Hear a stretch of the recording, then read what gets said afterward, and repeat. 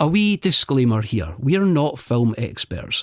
We're doing this for fun and to try and shine a light on films which are seen as rotten on movie review aggregator website, Rotten Tomatoes, and to poke fun at them as well. It's a chance to highlight that the critical consensus isn't always everything. We'd also like to remind everyone that we're about to go over all the film's details, including the plot. So there will be spoilers. Also, we just want to mention it's okay to disagree with our opinion. If you do, you can tell us and become part of the discussion. With that in mind, thanks for joining us and enjoy.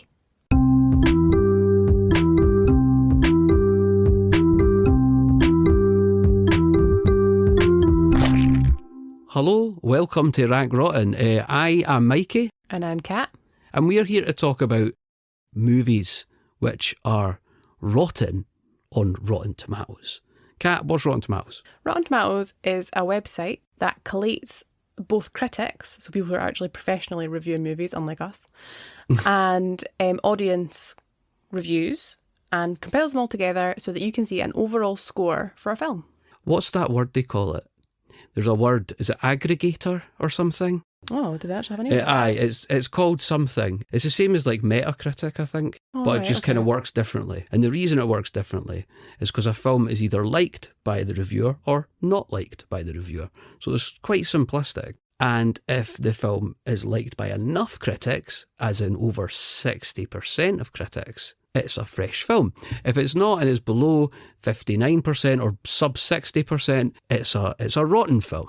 So that's essentially what Rotten Tomatoes is. Yeah. And so you get the tomatometer, which is the tomato score. So that's the score that's taken from critics. But you also get an audience score. And I think this is a really valuable thing because the audience score is a score that is given by people like you and I who go and see the movies, who the actual punter on the street, the person who's going to see the film.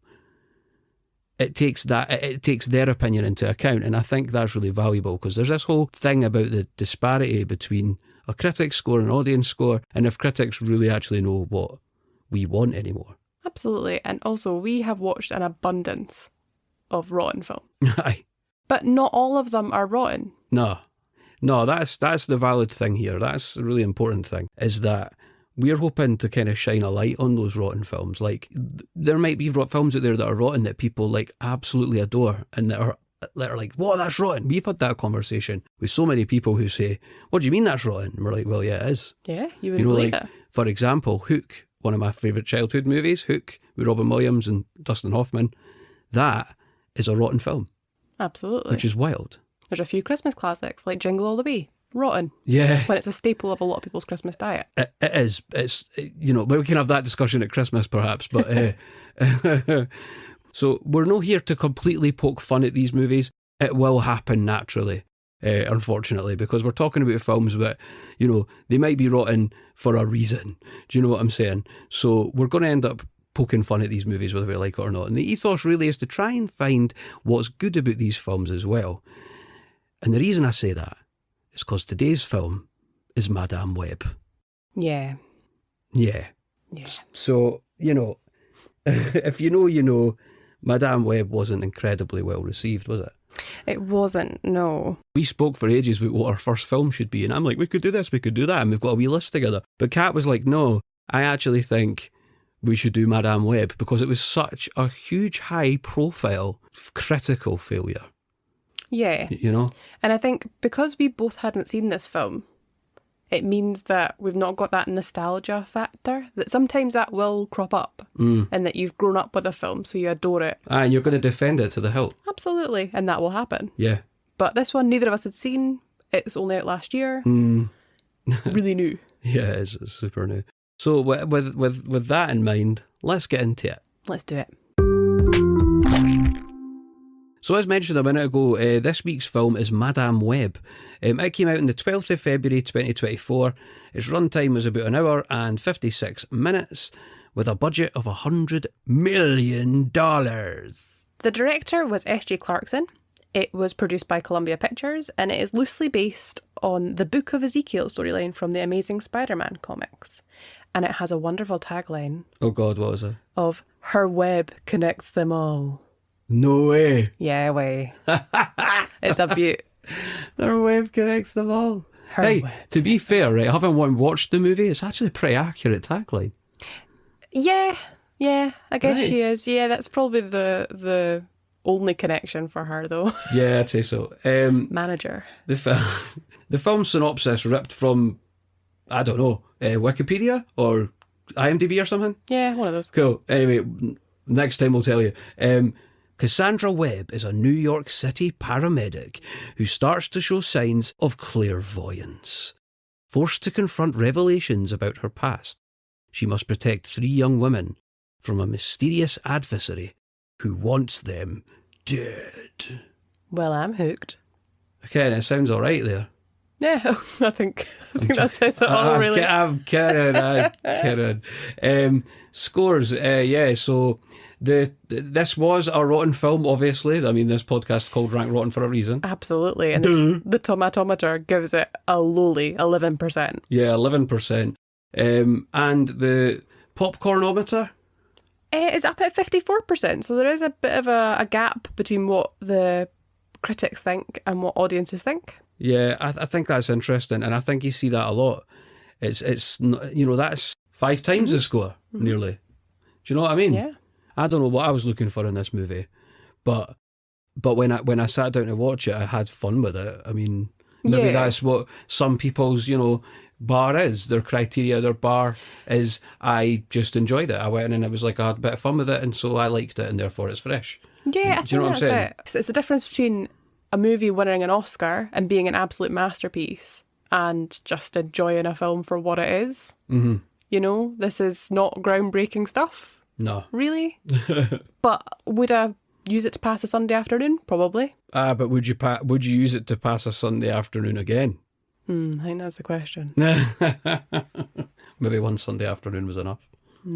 So the way we're planning to run this thing is essentially to run through the plot of the film, and Kat and I will chat about things that we found interesting or fun or whatever along the way. So come with us on the journey. Aye, let's do this. This was just a wee quick note to say that we will be inserting impressions that we've recorded of scenes to avoid any copyright infringement. It's not what we intended to do, but what can you do? We had initially planned to insert audio from the movies, but it's such a legal grey area that we're not even going there. So it's what we decided to do, and to be fair, we had quite a bit of fun doing it. Cheers and enjoy. So, it's 1973.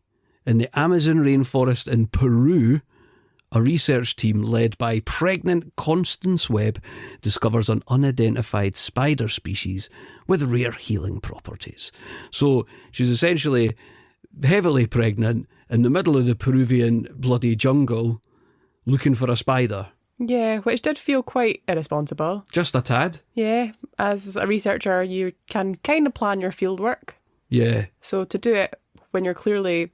Very pregnant. Very pregnant. Yeah, she's very pregnant. Is a lot. Especially... Like at first I was like, is she pregnant? What the hell's she doing in the jungle? Yeah. You know what I mean? Well, this was well before Am I Zika virus, using the wrong term? Rainforest, sorry, not jungle. Yeah, I think you can... Interchangeable? Yeah. Well, you learn something new every day. Anyway, yeah, I found this quite odd. Yeah. Immediately had me going, no mother in their right mind would do that. But of course, there might be an explanation for her behaviour later. Yeah, maybe. So she's with this guy, Ezekiel Sims. He's hired for protection and security, basically. So he betrays them and then basically claims the spider for himself and sort of shoots her in the struggle, leaving her to die.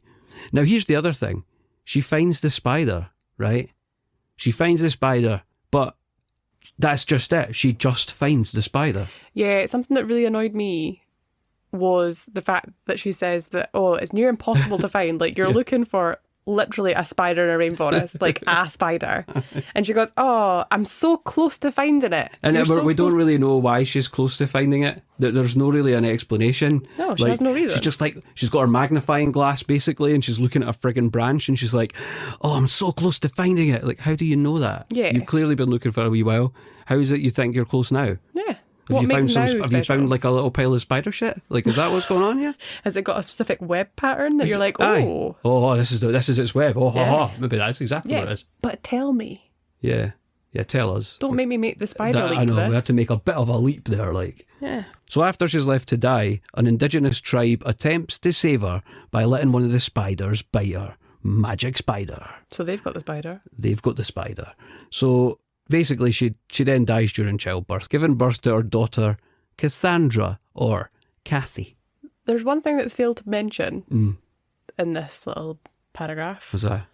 is that it's in a cave, in a pool Oh, of yeah, it water is. in a cave, and that the spider people are very unusual looking. Yeah. They've got kind of Listen, let's not even beat around the bush here. One of them jumps down for a tree and literally it's like a spider suit. Like a Spider-Man suit. There's no getting about it. Yeah. It's like a very primitive spider suit. But it's like they've got some sort of weird red body stocking on or something. Or it's a colour, I can't remember. It is body red. stocking covered in like rope. It's just friggin' odd. But I think it's even weirder than that, where I think it's their skin is painted red, but they've Oh, got yeah, a kind okay. of 3D printed Well, they've spider not got- I web. didn't think they had. Well, firstly, I didn't think they had 3D printing back then. Well, that's also true. So it must have been like, crocheted? Aye, so it's like the 80s. Yeah, famously the 70s. It feels like ages ago, so it's probably the 80s. Yeah, it was the 70s. I'm joking. Was it the 70s? Yeah, Oh, right, okay. 1973. Oh, sorry, I said that. What an idiot, eh? We've now moved on 30 years, Doodaloo, doodaloo, doodaloo, doodaloo. where Cassandra is now going by Cassie and works as a paramedic in New York City, New York City. alongside her co-workers, Ben Parker. Dun, dun, dun. That's right. Oh, excuse me. Dun, dun, dun. Sorry. That's right, the Ben Parker. The Ben Parker. Now, guys, if you're not a Spider-Man fan, listen up. This is important shit. Yeah. Ben Parker is Spider-Man's Uncle Ben.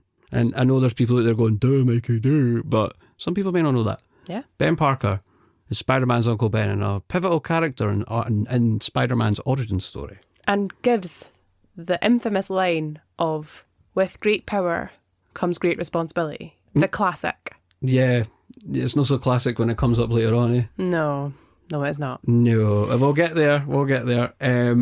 Cassie also has another worker with her in her normal routine, and that is O'Neill, who only has one name, like Cher or Madonna. Oh, Mike Epps. Mike Epps. Right, cool. Mike Epps, as in from next Friday. Oh, So quite a few people might know who he is, okay. because that movie's hilarious and he's great in it. I'll tell you, Kat, I'm just going to interject. I was watching this and I was like, damn, this ambulance actress sucks. Not realising it was the main character. Not realising it's Dakota Fanning or whatever her name is. Dakota Johnson. Dakota Johnson. Sorry. My bad. Eh. Who's Dakota Fanning? She's the little girl that was in War of the Worlds. Oh, yeah. I remember who She's been in loads of other things, but... Dakota Kai's a wrestler, just so you know. Ah, cool. Yeah. Anyway, yeah, I genuinely was like, who's this ambulance actress? She's not very good. I don't feel like she's been in a lot of things that we've seen, Right. like 50 Shades of Grey. Nah, I've not seen that.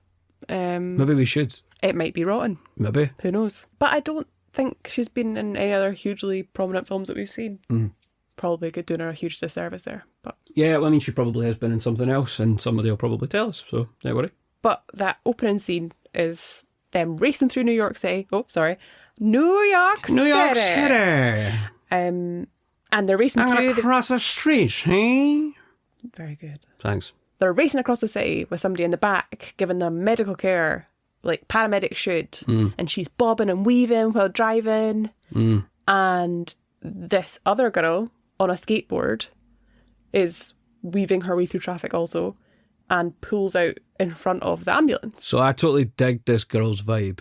She was pretty cool. She was very cool. However, her attitude stinks because she pulls out in front of the ambulance and then gives the ambulance driver a really dirty look. It's the dirtiest of dirty looks. It really is. And I loved it. And I was like, this character's great and this character better come back. But I doubt it because this is like a one-off thing. No. This was another main character. However, I want to cycle back to the fact that the ambulance has the lights on, the Ninos, all sorts. Oh yeah, I mean, I know. I went on about my fondness for this character last night. Yeah. But they're actually a bit of a dick. Yeah. Who does that? And yeah, you and I are going to get splatted off an ambulance, basically. Well, this is it. Open your eyes. I know. Open your eyes. So she goes out in front of them, gives them the dirty look, and then flips off the ambulance driver. Yes. But also, on the flippy dip, the driver stops, Cassie stops, the ambulance, dead stop, and just gives her stank eye back. And it's like, this person in the back needs to get to a hospital. Yeah, it's all very chill. Despite this sort of negative interaction between these two people, it's quite a relaxed. It's no exactly, nobody's in a rush. And it's guys, dying. Yeah, you're literally giving CPR here. In the back. Ken, woman's dying in that. Yeah, no urgency. Yeah. So they basically end up taking this person to the hospital, right? And there's this scene, right, where this, I can't even remember the context to this because it so blindsided me, right? So I can maybe give a bit more context. All right, cool. Where it seems by some miracle, the person who's in the ambulance's family has arrived at the hospital before the ambulance. Oh. But given the length of time that she was given stank eye to the girl on the skateboard, there may have been many other incidents that required her to fully stop the ambulance to give a dirty look to somebody. So it's a dad, a son, and what we later find out is a stepdaughter. Spider Sweens. Right. Is waiting. All three of them are waiting at the hospital for the mum to arrive by the ambulance. So I don't know if they're already at the hospital or what. Yeah. But a miracle occurred and they got there first. Yeah. By the way, just to say, we probably should have said for the get-go that this film, for those who don't know, is part of the allegedly part of the Spider-Man sort of Sony's sort of Spider-Man universe, but doesn't really link to any other Spider thing. Yeah. It's just in case, because actually we probably should have said that off the bat. I mean, we did say it's based on a Spider-Man comic, but yeah, it's one of these ones that's in a bit of legal grey area. Yeah, but it's one of these things. I think we're at quite an interesting, very odd thing when Sony bring out these movies, because essentially, I think at a certain time, comic book movies got so popular, studios were essentially buying up any comic book property they could get. And, it led to some companies having odd characters that maybe wouldn't have had screen time before. Absolutely. And so Sony have access or the rights to a stack of these random Spider-Man characters, so they can make movies of them if they want, but they didn't really. It's very odd. It is a bit odd, and it does make it feel all a bit disjointed. And they can't make Spider-Man movies either, is that right? Or can they? Or they just don't now because now we've got Tom Holland in the MCU. I think they've got to have permission to be able to use Spider-Man, and they refer to him quite... It feels really tangential. Yeah. Like they're trying to sort of skirt around it, and then they do kind of talk about Spider-Man a little bit, but it's all very... I don't even remember that. I think they just mention it in passing. It's very fleeting. I didn't want to go into it too much because I didn't, but I'm going to mention it now, is that, these films, these Sony Spider-Man, quote-unquote Spider-Man. There is a name. It's in the trivia section. Oh, great. I can't wait. These sort of half Spider-Man films are not part of the MCU, which makes the more popular Marvel movies, such as The Avengers and Captain America and Iron Man and Doctor Strange, these movies, this studio does... a lot of people don't actually realise that. Weird, it might be odd to us, but some people don't know that these things are actually, separate.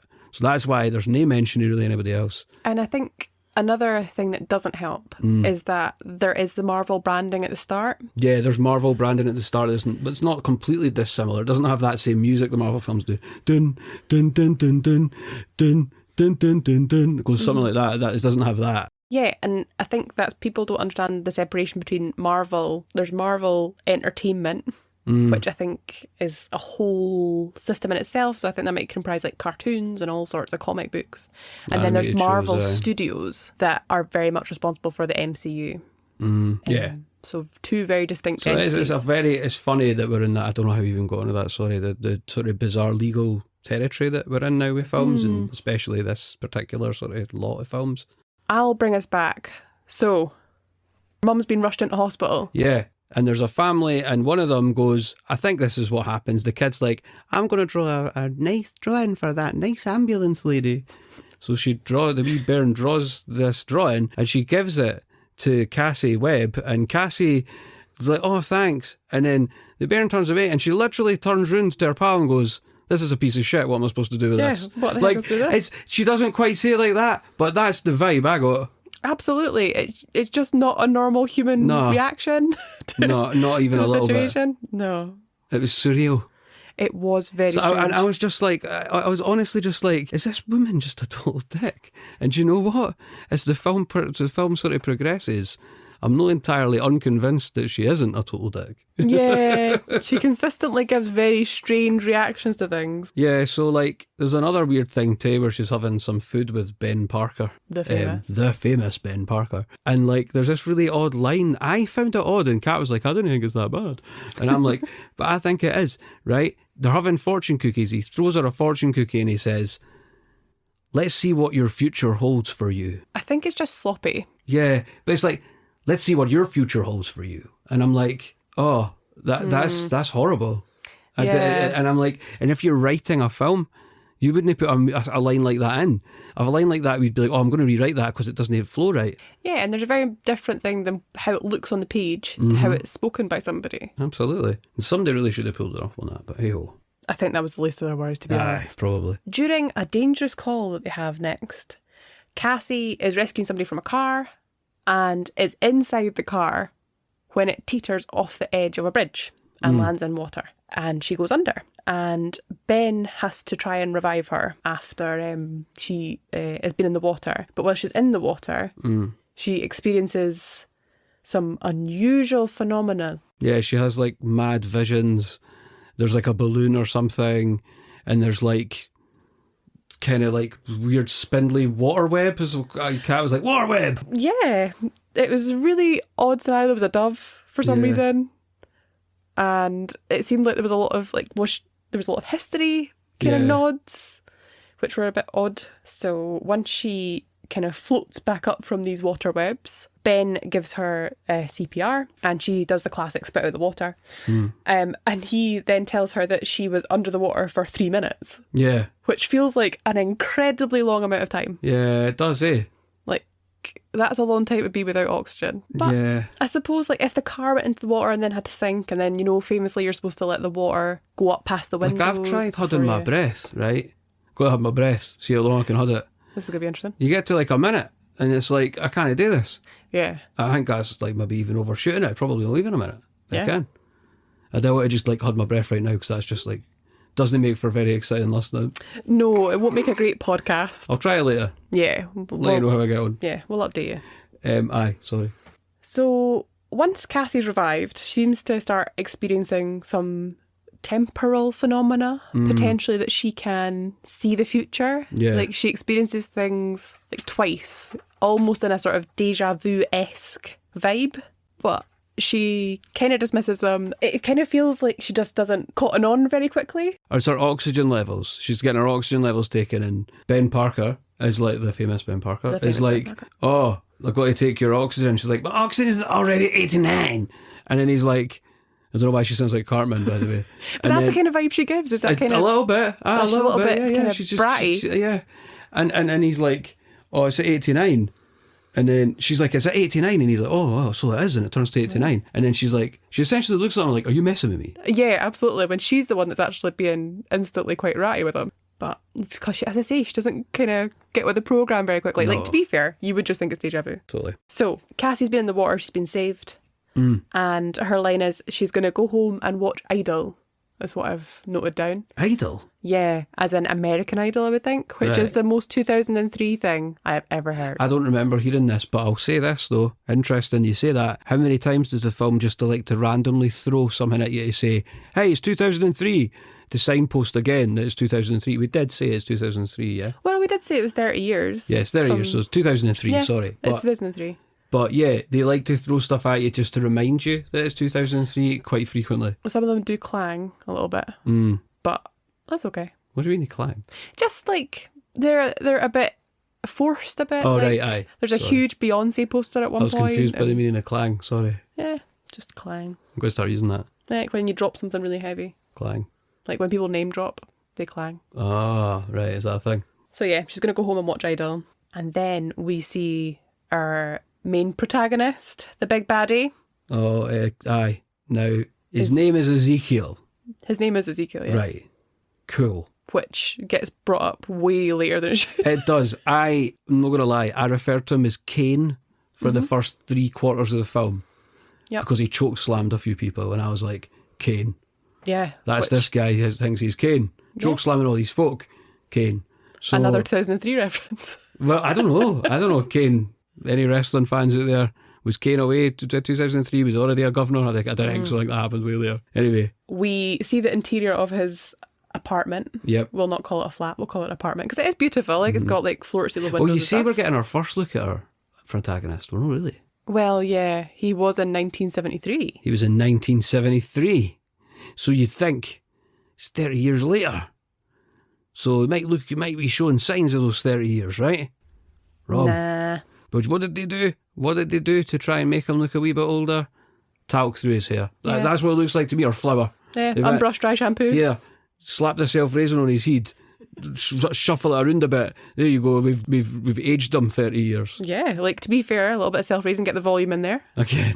Who Must do that, eh? Yeah, no, you've got enough volume. Must try. The biggest feature of his apartment is the fact that he's got this kind of tree wall.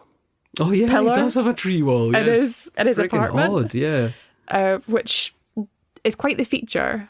And you probably maybe see that in some places now, but certainly maybe not in 2003. And it has like a glass closed enclosure in the middle where he is housing the spider. Also, he's had a vision at this point. Yes, he has. So he's had a vision. In the vision, he sees these three, for lack of a better term, spider chicks. He has these three spider chicks attack him and murder him, right?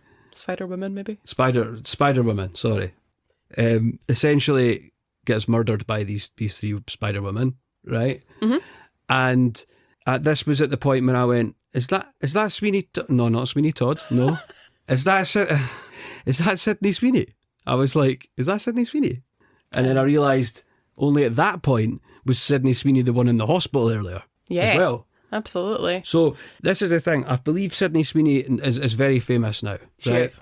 Now, I hadn't seen her in anything until Kat and I had watched Immaculate. Immaculate's very good. Immaculate is brilliant. But I didn't realise this was maybe the film that kind of put her into the spotlight. Yeah, I hadn't quite clocked that either. Especially because they don't really make grand entrances, these girls. They're kind of very much floating in the background of the scenes. We do see them very early on, but it's just kind of in the background. Like we see all three of them. So the third young lady, whose name is Anya, I think. I think it's Anya. Is Cassie's downstairs neighbour and seems to be arguing with the landlord. But Is that right? I didn't see. I was like last night, even when we finished it, I was like, I thought all three of them would have been in it at some point at the start. But there you go. Yeah, I think it's, as I say, it's just glancing looks. So yeah, Ezekiel is having these premonitions. Every night he sees that he's getting murdered by these three girls. So he's got a bit of a bee in his bonnet. And then about he wakes up and he goes, oh God. And he looks over and he goes, oh no, it's all right. I've got a cool tree in my house. Well, so it's exactly. fine. He's like, all that fresh air is Then he keeping goes him young. back to sleep and gets a nice night's kip because he's like, I've got my cool tree and my wee spider. Well, not this night, for he has brought a bedfellow home. Oh yeah. He met a nice young lady and brought her home. Totally forgot, yeah. And it transpires that he is going to kill her. He's going to, his magic power, probably shouldn't call it magic. Spider magic. Spider magic. So he's having these premonitions, we'll call them, in his dreams. He also has this poison touch. Where he can just hold somebody and they seem to be poisoned. So the lady he has brought home, this happens to her, and it transpires that she is a National Security Agency person. So he is going to use their systems to try and track down these three girls. He seems to have technology way beyond the capacity of 2003. Like, I was playing Sims in 2003. Yeah, and that's like the Sims original, by the way, for all you Sims kids out there. Yeah, we're talking Sims 1, not 4. It was on a physical disc. It's like, you're not just talking, oh, it's a bigger screen or whatever. This is like, oh, facial recognition. Oh, you've had a dream. She's like, you've had a wee dream. I'll just rattle through some prompts and it'll generate artwork for that. It'll be like, I mean, as you know, it's very in now. generative AI, but generative AI can't do that. No. It can't listen to you and go, cool, so you seen that in a dream? This is what you seen. Yeah, absolutely. Here's a picture perfect image of what these 3 girls look like.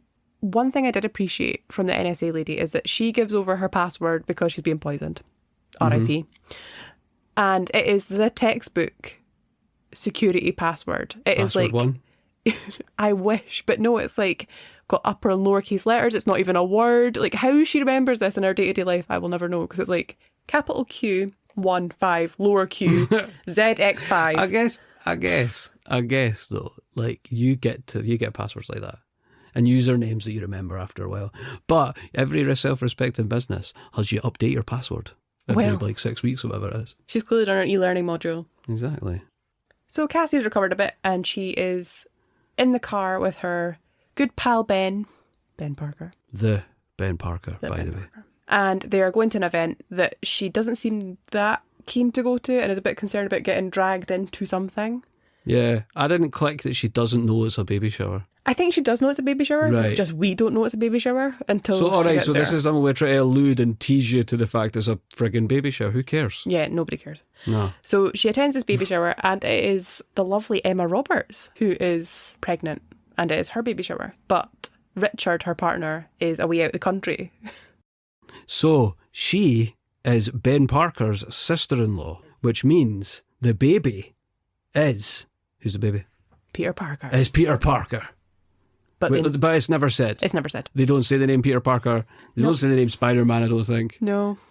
Well, maybe. I'm sure they, as I say, I'm sure they glance. Yeah, you said earlier you think they say Spider-Man or something. Dude, I think they give it a glancing blow. They definitely say Spider-Men. Yeah, maybe that's where I'm getting a bit confused. Yeah, so because they're talking about the Spider-Men in Peru, obviously. So the Peruvian Spider-Man. The Peruvian Spider-Man. Did they see them in Paddington, Peru? Obviously. Well, no. No. Makes me look at Paddington in a whole new light. Okay. No marmalade piece to be seen when they're in Peru later. It's shocking. The baby shower has games. Aye, right. This is me all over. They say to her, oh, there's games. And the look on her face of abject horror and disgust is me. Right? Now, it's a stupid thing because I like games. We're sitting here right now next to a pile, literal piles nearly as high as the ceiling of games. I love games.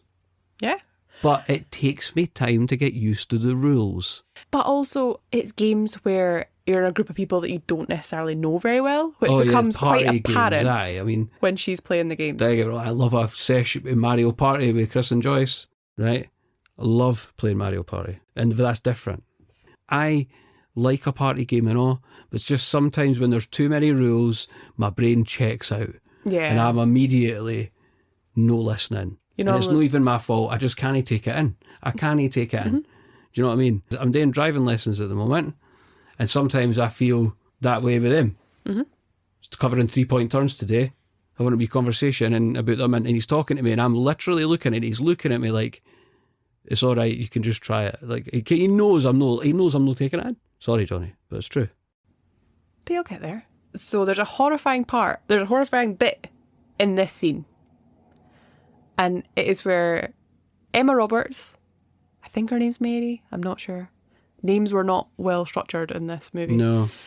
Mary is talking to Cassie, and what you thought, and I thought, was a background noise was suggested to be the baby moving in her stomach. What I've got written down is, does she have IBS? Because my stomach makes kind of gurgly, gurning. I'm sitting here, I've got an ileostomy. My stomach makes very unnatural noises. I think when we talked about it, you thought it was going to be a motorbike. Yeah, that was it. Thank you. Genuinely, it was like a motorbike. I was like, what? Yeah. I don't know if babies in ladies' stomachs make noise. I genuinely don't. So the games, we'll go back to those. The game is Guess the Baby's Name. Nice, simple game. Guess the baby's name. Well, guess the baby's name.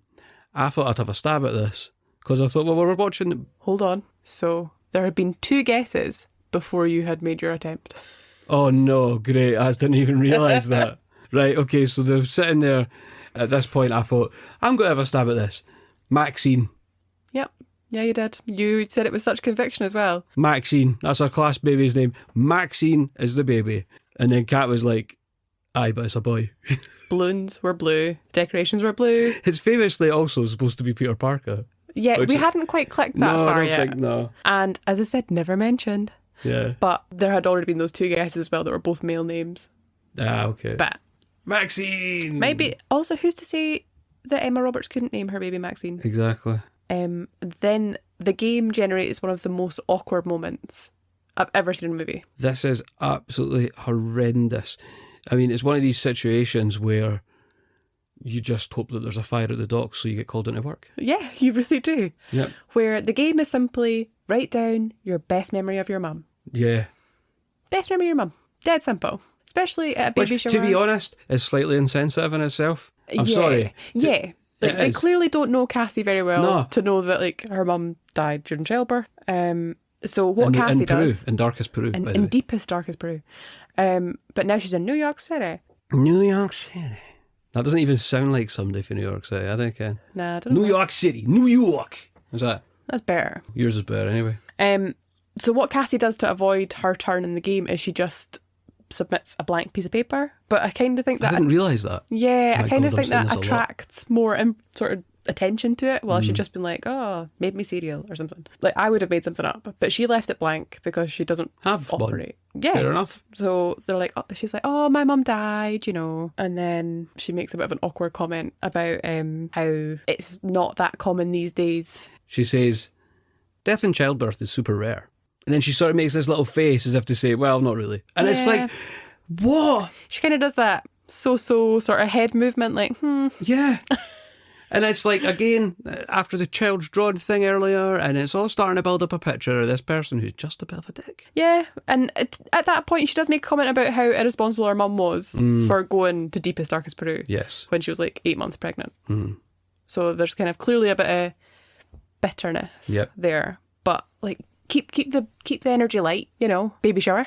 So she is saved, as you said, by a call for all of paramedics who are apparently on call 24/7 to go down to the docks because there's a fire down there.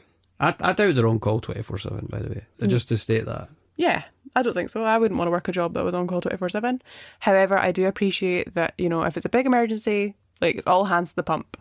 Every workplace is the same. So she has some visions while she's there, and she sees the famous O'Neill's death, and then tries to prevent it. The scene that they go into is quite unusual. There's like just a man lying on the ground, like not trying to move him away from the fire and potentially exploding contents of this fire, which is, they're like, oh, it's not secure, oh, it's going to blow. But nobody tries to move this man away. No. So she's giving him CPR, but she stops giving the CPR to give somebody some advice, which I think famously you're supposed to keep the rhythm going. You don't just stop and have a wee chat and then go, oh, I'll go back to this now. It's one of these things too. So she starts having power surges, I guess. Like, she has a power surge. Sorry, that's not what I meant. She starts to have this power happen, this premonition thing. And it's like, at this point, I'm like, this is super annoying.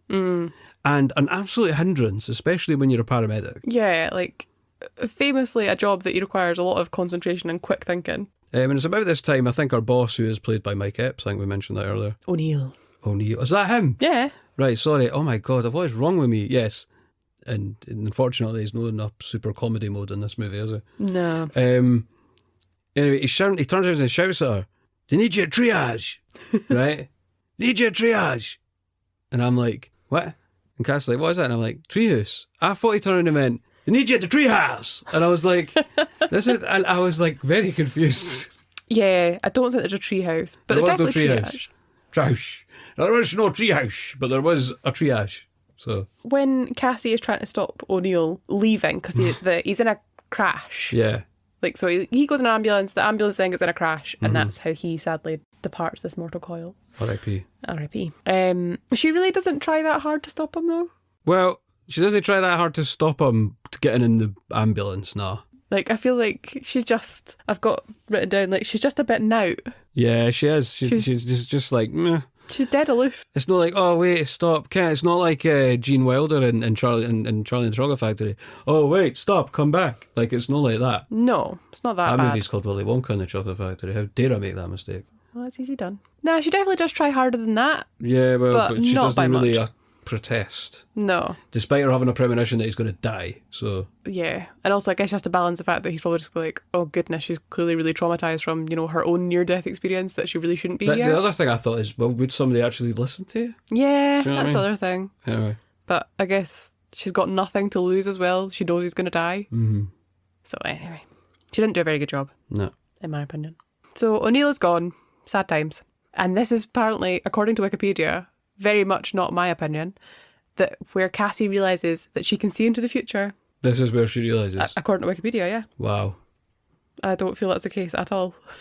So when the guy does eventually croak it, gets the ambulance gets hit, and she pulls him out and she starts doing CPR.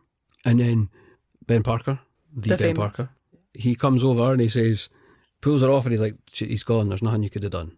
But he says, there's nothing you could have done. And then he sort of looks at her as if to suggest, but you could have though. Yeah. Like, he does, he looks at her as if to say, but you didn't try hard enough. And it's like, what? So Cassie goes and seeks medical attention, which I think is quite a good plan. Mm-hmm. Because of all the visions she's been having, and given that she had quite a traumatic little time of it, that she goes to see a doctor. So I got the impression that it was an optician because it had like the little charts in the background, and she seemed to have... but from the discussion, maybe I was wrong, because she says like, oh, if you still don't feel well, we can refer you for bloods and a psychiatric assessment. And I was like, is this maybe a US thing? Yeah, I don't know. That you can just be like, cool, we'll just refer you for this and this, because that's very much not a UK thing. They're very, like, I'm not going to go to Specsavers and be like, having a bit of a tough time with depression. Yeah, exactly. It's just not going to happen. But yeah, just thought that was a bit interesting. When we then see Cassie at home off sick, and she is on the couch watching Scrooge. She's watching Scrooge, like the old version of the Christmas Carol like Scrooge. proper black and white A Christmas Carol. Yeah, so she's watching that, and I'm like, what's the link to A Christmas Carol? And you're like, maybe the idea of premonition, perhaps. Because I'm like, if you were going to pick to put that movie in, would you not have a reason for it? Unless somebody's like, Ken, what? I love A Christmas Carol. I'm going to put it in my movie. Ken, maybe that's what it was. I don't know. Yeah, it's a really odd one, because it's like I can't quite tell the passage of time in this movie as well. It's all a bit odd, because they're talking about O'Neill's funeral. So Ben phones while Cassie's on the sofa and says like, oh, it's going to be O'Neill's funeral in this date, like today is the funeral, so you still got time to come if you want to come. Try to convince her, but she's like, nah, no having it. Yeah, and it's like, so then a bird like flies into the window. Yeah. Like a pigeon flies into the window, and she like goes over and she's like, oh no.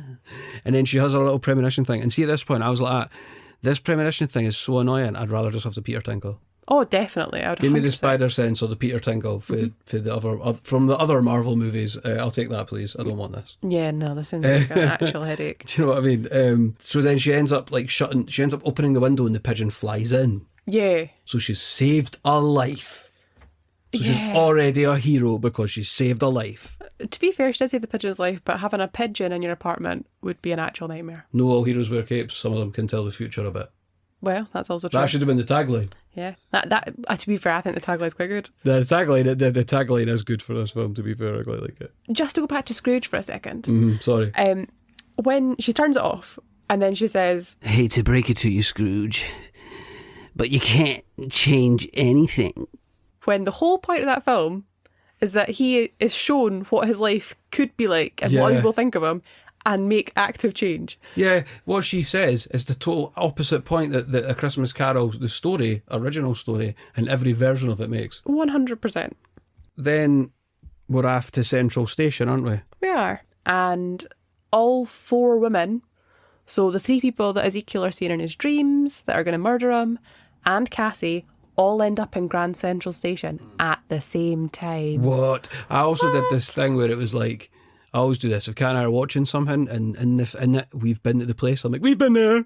And I did it like a little dork. We've been there. Didn't I so wish you could see the face that came with that. That's a little dork face. But I like it. I want to make one thing perfectly clear. I absolutely detest her jacket. All right. Her This has come in. red leather. Might have mentioned it a couple of times. As I say, I've got very strong feelings on this jacket. It's a red leather jacket. Cool. I'm alright with that. Cassie wears almost the entire movie. And it's hideous. It looks like it is made of human flesh. To be honest, it does.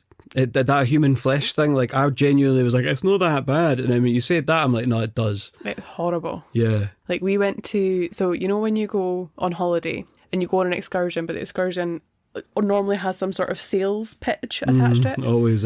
We ended up at a leather factory. When? Oh, at some point in Spain. Like, I think it might be Menorca.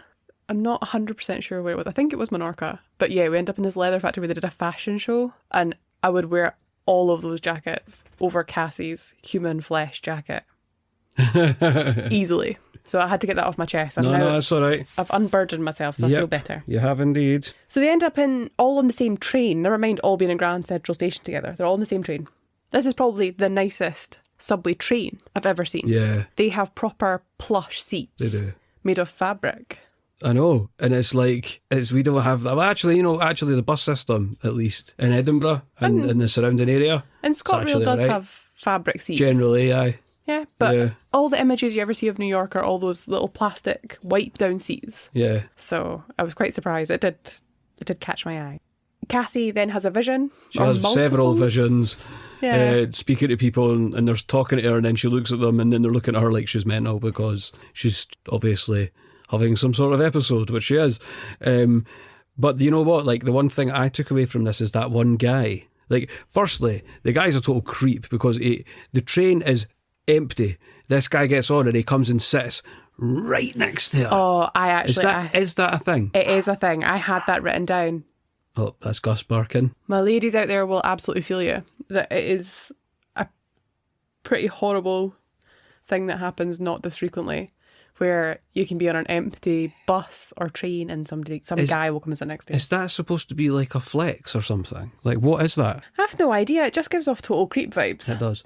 Well, I was going to say, this guy's me, right? But not for that reason, because I would never do that. For a start, I normally sit by myself. Yeah. So, this guy's me because he sits on, the first thing he does is turn into Cassie and go, is this the train to wherever? I can't remember. Checking where the train's going. And it's like, every time I get on a train, I'm like, I'm no settled until I'm on the right train. Yeah. And then when the wee words come up on the ScotRail train, on the ScotRail train, and it comes up, this is the train to North Berwick, stopping at Musselburgh. I'm like, cool, I'm on the right train. Yeah, this is. And then I kind of chill out because I'm like, cool, I'm at the next stop, I can just kind of relax. But generally, that guy I'm always like that. I have asked before as well. Yeah, I've also done this because it's not always the most clear. So Ezekiel, not Spider-Man, as I've referred to him in my notes, because I don't think I even know his name by this point. Kane, obviously. Kane. Yep. Big Daddy Kane comes in and starts choke-slamming people on the train. He does start choke-slamming people on the train. And he's making his way through the carriages towards the girls.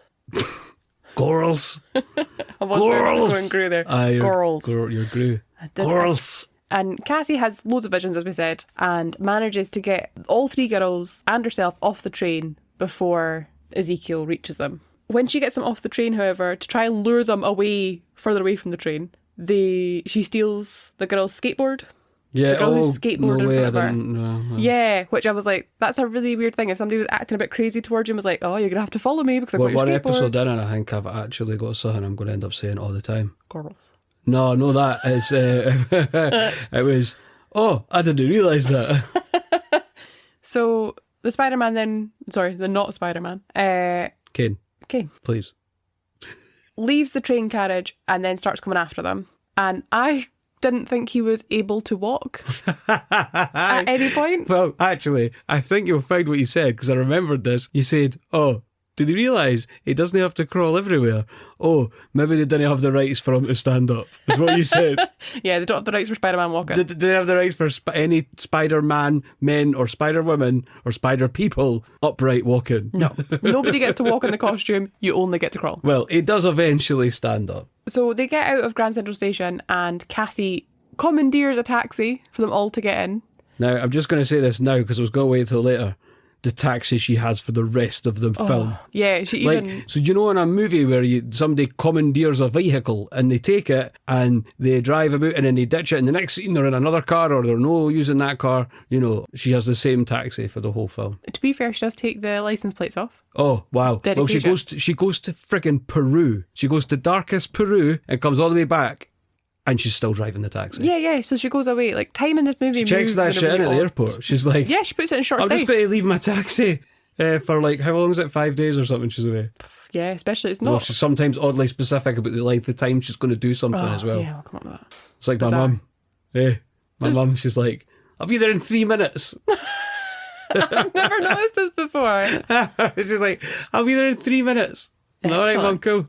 Nice. At least you can, I like precision. she's That's precision. okay. She's no messing around with the details. You know what I mean? Nah. So she steals this taxi. She takes the girls out into a forest. Yeah, I guess a bit serial killery here. It does. And there's a point where they're travelling to the forest and they're all yabbering. They're just kind of all talking over each other and they're sort of shouting. And Cassie's reaction to their voices and how annoying she's finding it is quite funny. Because it's, again, not a normal human reaction.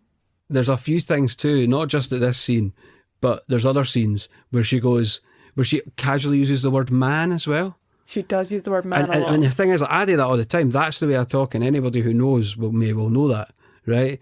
But when she says it, it's so forced.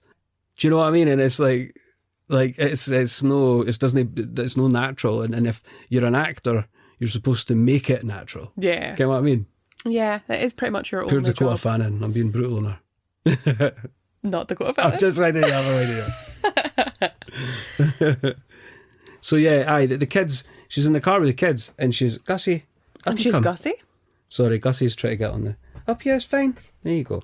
Oh, good boy. So she is talking to the kids in the car, and she gets really ratty with them, and it's like she's like, "What are your names?" Right? And it's like she says, she actually goes, "I'm Cassie. What are your names?" And they don't answer, and it's literally about a second, and she goes, "Oh, what are your names?" Like she's so She's so she gets fussy. so irate. Your voices are like drilling into the centre of my skull, and I need to think. I'm Cassie, okay? What are your names? What are your names? And then there's this other really awkward bit, which again, it's a kind of awkward thing you do maybe in real life, is when she goes, "Anybody who wants to leave can leave." Actually, no, don't leave. Because she realises that it's a bad idea to let them go. So she's like, "Anybody who wants to leave, leave." Oh no, but don't. Yeah, because the police are after her by this point. We should also mention it that they think that she has kidnapped these 3 girls. Yeah, so the police think she's kidnapped them. So at this point, if she lets them go, she's screwed, and they're screwed because Kane's going to come and get them. Yeah. So nobody wins if everyone gets in a taxi. I actually quite liked that in this film. And there wasn't many saving graces in my opinion. There were some. There were some. I want to be fair. Like, I'm not going to sit here and yes, we've largely taken the piss, but it's because the film isn't great, really. I mean, we'll get there with that, but there are some saving graces, and there was some joy to be had watching this. Absolutely. And what I did like about it was that kind of... Like when it was over. No, I'm joking. No, I'm joking. No. I enjoyed that erratic behaviour and like planning it on the hoof, but I wish they committed more to it, and because it kind of felt like her behaviour's already quite erratic, so not entirely sure that the bit I'm enjoying it was a deliberate choice. I think the inclusion of Spider Sweens was a good idea, because I think she's a very good actress, actually. She's great. And I think this is the thing. I feel that maybe we're getting in at the right time, because eventually people are going to say Sydney Sweeney's a crap actress. Yeah. Because she's not going to be well liked because she's so famous now. But the fact is, I seen her in Immaculate and she was great. Yeah, and I really so I know enjoyed she's a good Immaculate. actress. Yeah. Do you know what I mean? Anyway, sorry. I also think that the 3 younger women are great together. They're so good. They're so good. Yeah, all 3 of them are great. The girl that plays Matty, and is it Anya, the other one? Yeah. All great. So when the 4 women are in the forest together, something specific gets said that Cassie's like, actually, I need to go and check out my mum's stuff. So you stay here for 3 hours. Specifically. Yeah, she's like, she kind of goes, "Oh, I've got to go. And then they doth protest, and she goes, "Oh, well, I'll be back in 3 hours." Yeah. 3 hours. Yep. Well, no, a couple hours, a few hours, 3 hours. Yep. So just stay in this bit of forest. I will be back in 3 hours. Bosh. Slams down hourglass. So yeah, and basically one of them shouts that she should bring back sandwiches. It's Matty, I think. She's like, so there's this running joke that Matty's always hungry. So basically, at this point, she goes back to her apartment to look through her mum's notes, which tell of Ezekiel's identity and the true nature of basically what his powers are. Right? Now, at this point, sorry, what were you going to say? I've got beef with these notes. Yeah. So, some of the drawings and like the biological pictures of these spiders fall into the crease of the notebook. No way. Yeah, like it's really badly planned. Like nobody, I didn't realise that. no scientist would ever make a field note where the drawing goes into the fold of the page. No self-respecting artist of any kind Well, exactly. would do that. Exactly. You know what I mean? So that's my beef. Nah, quite right. Nah, quite right. Well, anyway, one of my favourite lines in the whole film, and we can return to what our favourites were later, is here. I think mine also is. Where she goes, Ah, spider people. Yes, an absolute classic. spider people. I think it's one of these things that people probably have noticed. They will kind of just be You us. can't miss it. Spider people. Yet another example of Cassie's human-like behaviour. Wink. I know. It's really funny. Like, but I will say this: at this scene, she does something really funny when she tries to climb the wall. So she's like, the guy at the subway was climbing the wall. Maybe I can climb the wall. And she goes to climb the wall and she just slides down it and crumples onto the floor.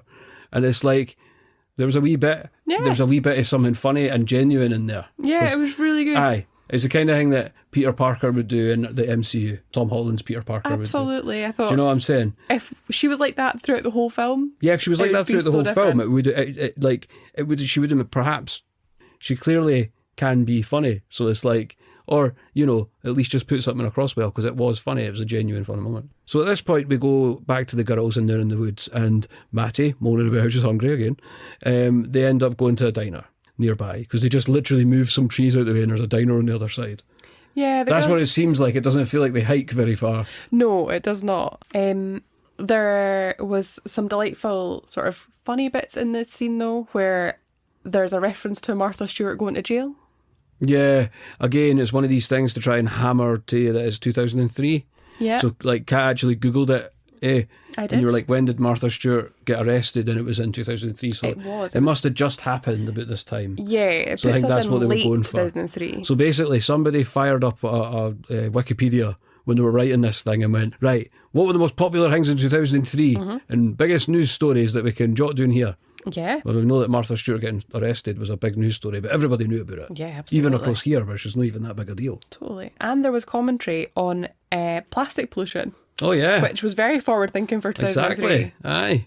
So Matty's ahead of the curve. So the girls basically end up going to this diner where they, not wanting to draw attention to themselves or anything, end up dancing on the table with some young lads. Yeah, so the lads clearly catch their eye. And it's one of my favourite bits, actually. It's where Sydney Sweeney is looking over at them and the two, like Anya and Matty are talking to Julia. And she's clearly not listening. She's 100% not listening. She just makes the most generic comments back ever. Yeah, we're all guilty of it sometimes. Oh, absolutely. But I loved that. And she played it so well. Yeah, absolutely.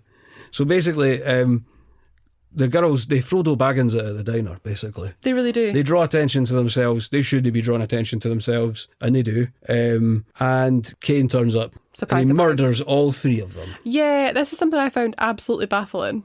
Is that, like, there's sort of, it's very Star Wars-esque. Like, there's a guy in the diner who sees the girls and then is like, oh, I'm going to phone the police. These are these missing girls. It's like, how far and wide has this alert got in such a short space of time? It's become, like, national news. Yeah. Like, it's possible, but it does seem quite far-fetched. And, like, that's saying something for a movie about superheroes. Yes. But it just feels a bit like Cantina, especially the way it's filmed and stuff. It's like, he's sort of secretly on the phone like, oh, I don't want to alert them that I'm grassing on them. And so, like, he turns up, they all get murdered. And then you're like, well, this is a premonition. Okay, and so by this point, Cassie turns up, doesn't she? So, yeah. And so I had a point about this where I was like, how on earth does she find them again? She's driven the random bit in the woods. It's 2003. yeah. So it's not like she can put it into like Google Maps. Nah.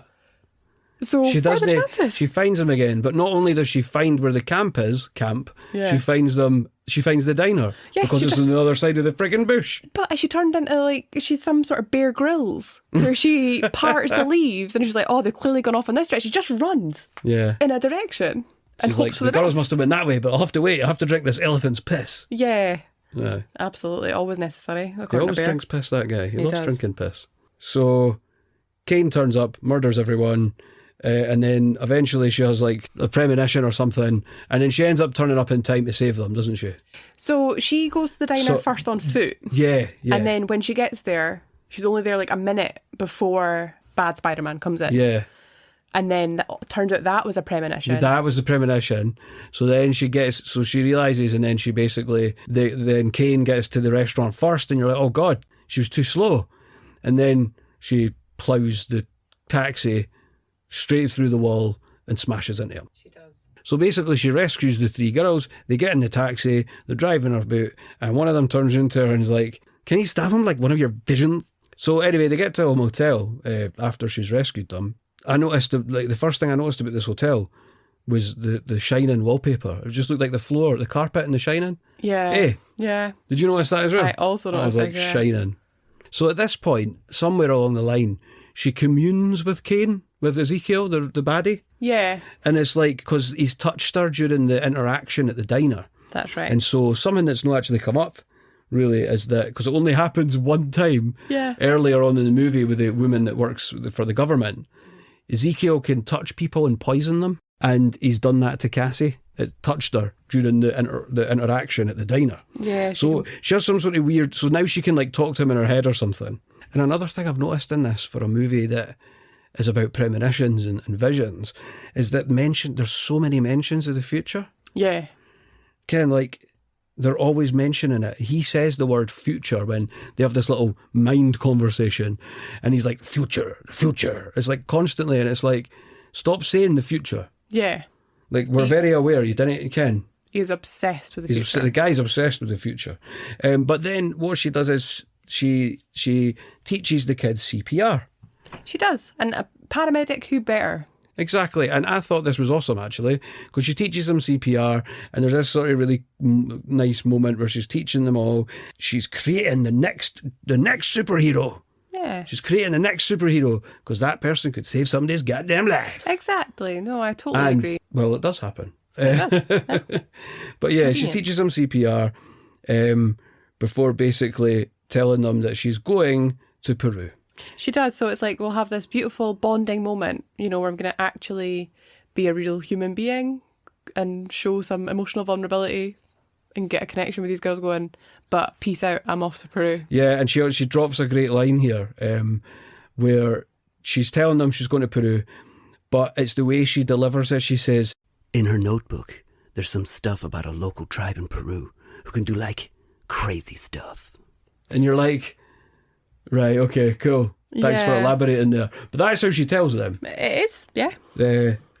And I don't know if that's how she thinks you need to communicate with a teen. Yeah, is that you need to be all like, well, I mean, I speak like that. I can't really, Yeah, I do say like an awful I lot. can't take the mic, but I do worry about Cassie though. That's what that line in particular, and our whole person makes me worry. Like, she's just a bit dense. she is. Like, I do worry about how she makes as a paramedic. The choices we see her make as a paramedic are not great. Like, you know, as I say, pausing CPR, like stopping an ambulance dead. But she decides she's not going to just ditch them in the woods or leave them in a hotel. She's going to take them to Ben Parker. You know, the Ben Parker? The Ben Parker. The Ben Parker. So she takes them to him, and then she heads off to Peru. So not only does she leave them with Ben, but Ben is looking after Mary. So you're taking some vulnerable kids plus a vulnerable woman because she's very, very heavily pregnant.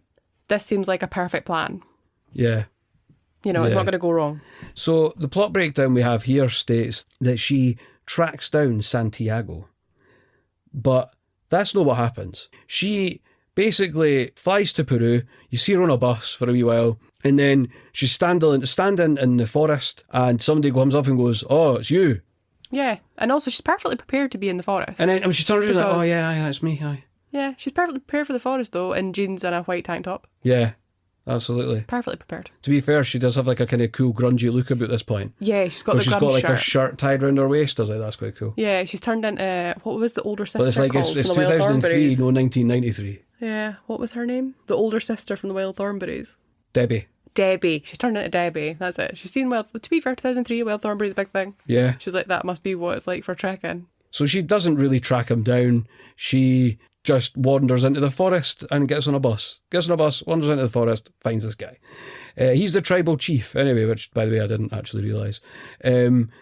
And he's the guy that tried to save her mum at the start. He puts her through a ritual that separates her soul from her body by basically doing a Doctor Strange and just sort of thumping her in the gut. That's right, yeah. Like Tilda Swinton. Boom! And she experiences a plane of higher consciousness where all living things are connected and every possible future can be seen. During this flashback, she sees visions of her mother. Mm-hmm. And her mum went to seek medical care when she was pregnant with Cassie. And it transpires that she didn't seek the spider for fame or money, as Cassie has always thought. She thought that, her mum was there for glory. But it actually transpires that her mum was told that Cassie was most likely to have a thing called myasthenia gravis and was seeking a cure. So all this time, she's been dead bitter about her mum, when in reality her mum was looking for something to cure her. And she has this total epiphany moment where she's like, oh my God, I don't have this disease. So your cure worked.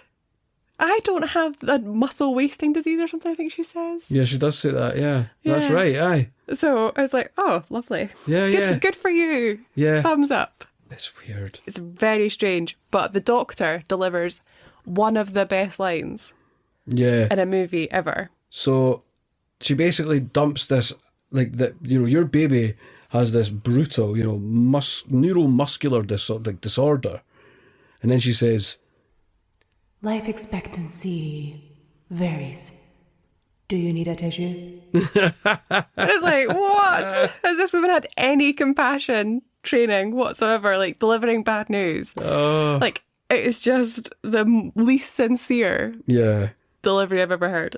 yeah. Do you need a tissue? Do you need a tissue? To be fair, her mum, quite rightly, is that all you could do? She's like, oh, all you can do is offer people tissues? Yeah, and she's like, my child won't suffer this way, and all. Yeah, she can see with her, she's a bit like Cassie, actually, Yeah, she is quite like to be Cassie. quite honest. So this is just like brilliant line after brilliant line. We have just some absolute gold here.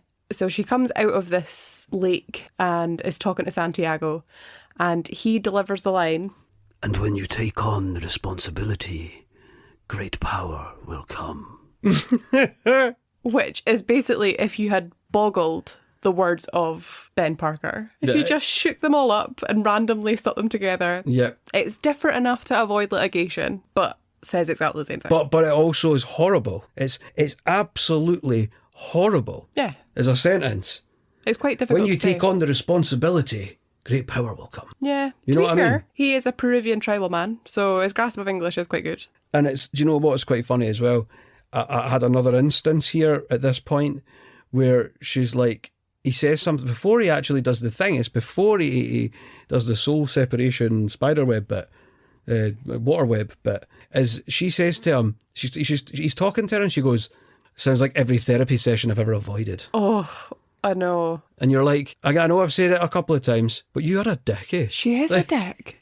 She's pretty horrible to everyone and doesn't seem to have any close friends apart from Ben Parker, who seems like the nicest man on the planet.